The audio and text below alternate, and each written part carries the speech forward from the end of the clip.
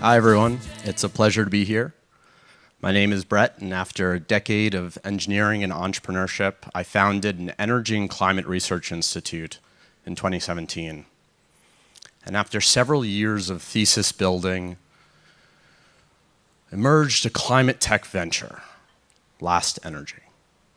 So today, I'll walk you through my perspective on energy's importance to society and my vision for its role in the future. The narrative of climate right now is depressing, filled with ambiguous urgency, doom, impossible trade-offs. You're familiar with this story. Climate is on a catastrophic course, and we're incapable of moving fast enough to arrest our slide into disaster. Energy access is an intractable issue, with over 1 billion people with no access to electricity and over 3 billion without access to clean fuels for cooking. Now suddenly, energy security is up in the air, with entire continents reevaluating their energy strategy in a shift that might last a generation. You know these narratives well. But I want to paint a different picture for you. One of a pathway towards energy breakthroughs, and ultimately tell a story about unlocking human progress and the virtue of abundance. I'll end this speech showing how a 70-year-old technology can be revitalized by modern manufacturing. I'll reintroduce you to an energy source that is so power dense, so effective, that it is literally the stuff of science fiction. But first, let's take a moment to level set on energy itself. The world currently consumes 170,000 terawatt hours of energy per year, the vast majority of it from fossil fuels. Numbers like this are hard to visualize or think about, so try to imagine something like 1 trillion cars roaring down the highway simultaneously from here to San Diego. Energy demand has doubled in the past 50 years, and it's expected to triple again by 2050. We've set ambitious targets for net zero emissions, but any sober look at energy demand growth compared to adoption rates of clean energy should give you deep pause. Why do we spend so much time talking about energy anyway? What is this? It's a hamburger, and the third cow reference you're going to get in this capsule. It's about 540 calories or 2 megajoules of beef and bread. But it also represents another 16 megajoules of embedded energy to get it into the state, principally from fossil fuels. You know this, but it's so simple that it often bears repeating. Energy is in everything we produce, everything you touch, everything that we dream about to make the world a better place. But forget hamburgers and think of the things that give you hope for the future, the types of ideas that brought you here today. Maybe it's carbon capture to give us a fighting chance at erasing our carbon debt, or space travel and the dream of being an interplanetary species. Perhaps it's new fuels that can revolutionize transportation. Maybe you're excited about everything that delivers from our massive leaps of computing power and all that it unlocks. Or a new means of growing food, revolutionizing yield and productivity.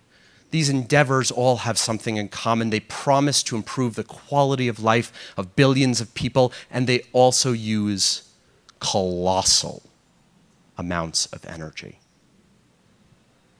As we develop these new technologies, the energy implications are enormous. And this isn't about the future, this is about now.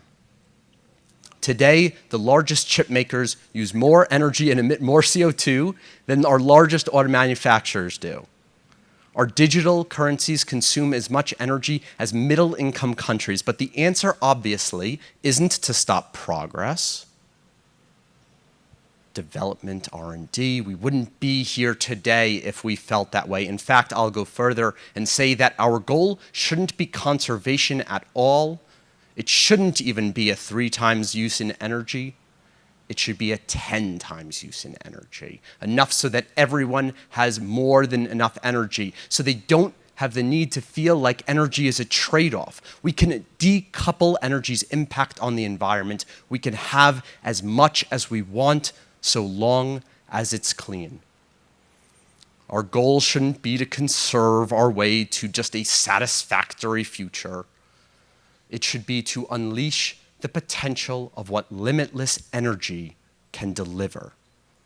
Less Jimmy Carter and heavy sweaters, and more cities of the future, biotechnology, revolutions in transportation and manufacturing. So, how do we get from A to B? How's that journey going?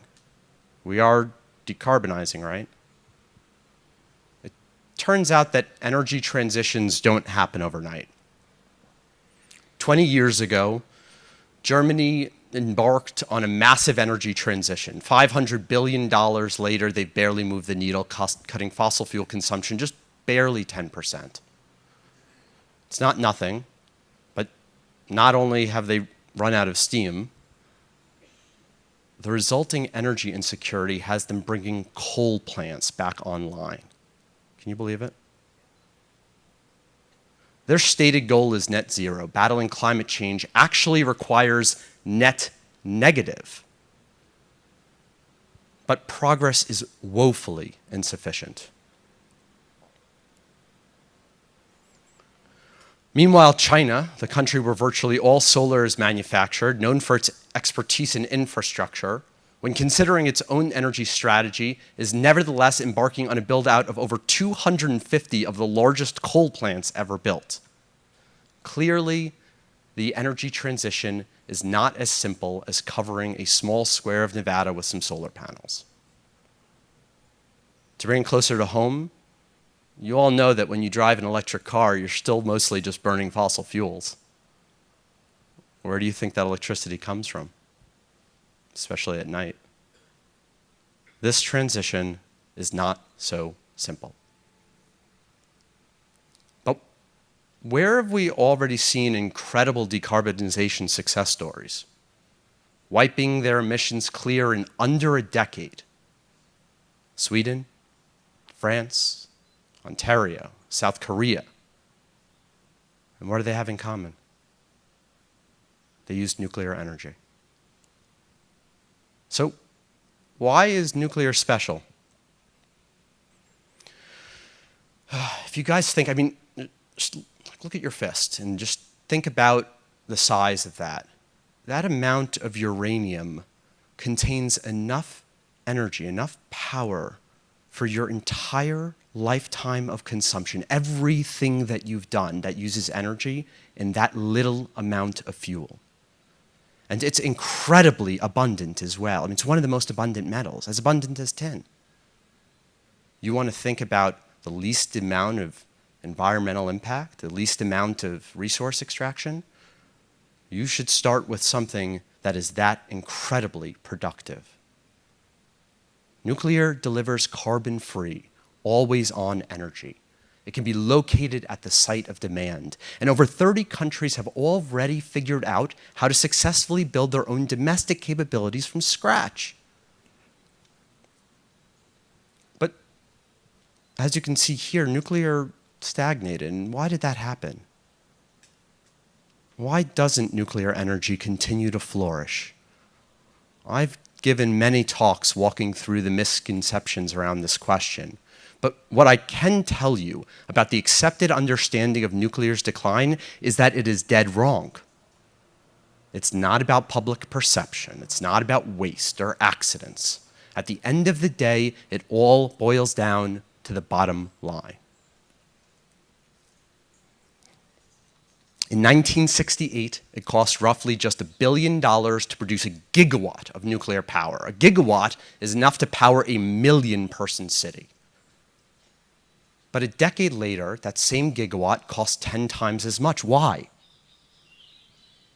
This order of magnitude increase came almost exclusively from construction complexity.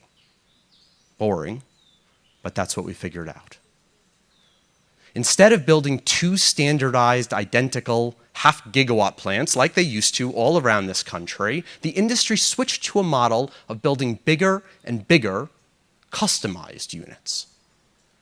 And for a long time, no one ever pushed back, because under the old market structure, higher costs were simply passed on to the ratepayers, and the utilities, in fact, made more money. Then, by 1978, everyone pushed back, all at once, and the industry went comatose before it had the opportunity to learn the lessons of repeatable manufacturing. The industry still hasn't learned this lesson. The US is close to completing its first nuclear plant in decades, but it's the largest ever, totally custom, and it isn't even finished despite running over schedule by 10 years and having blown its budget by $20 billion. There is one critique of nuclear that is totally justified. It's too slow and it's too expensive today. But these are the correct problems to solve, and there's already a roadmap to doing so. Renewables, well, we all love them, but they're just so material inefficient. We're forced to build the same thing over and over again to make up for how dilute that their energy harvesting is. In the past decade, the cost of solar module has decreased over 85%. If all we were to do was apply the same delivery paradigm to existing nuclear technologies, we'd unlock a 100-fold decrease in the cost of energy while consuming 1,000 times less material than any other solution. That's 1,000 times less environmental impact than your next best clean alternative. And when I say existing technology, I mean it. The nuclear gatekeepers embrace a narrative of complexity, and after all, who doesn't love being compared to a rocket scientist? And while nuclear power is amazing, at its core, nuclear power is not as complicated as you might think. It's nothing more than a hot rock that produces steam to spin a magnet.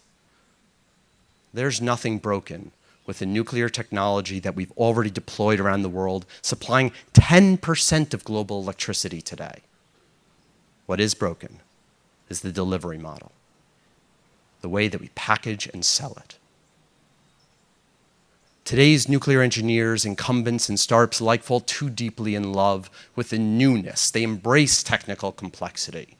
This hubris slows the adoption of this boring but effective techniques other industries have already employed to hyperscale. My goal is to make sure that we solve the right problem, not the sexy one. In founding Last Energy, we started with this mantra: use only proven technology, only available supply chains, and resist the urge to innovate where you don't need to. Instead, we focus on how to replicate, how to productize nuclear into a fully manufacturable design that just rolls off the assembly line and scales to meet global demand. The key was taking what works and simply shrinking it in size. This allows for full modularization, total standardization, which in turn unlocked private financing and customer validation. But productization is not just about cost-effective design.